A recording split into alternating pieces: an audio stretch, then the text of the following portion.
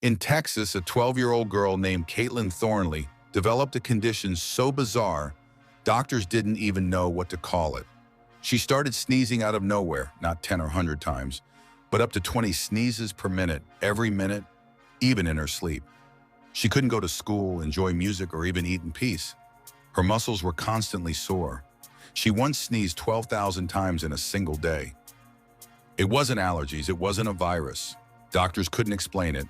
The condition lasted for months, and just as mysteriously, it eventually stopped. No one knows what caused it.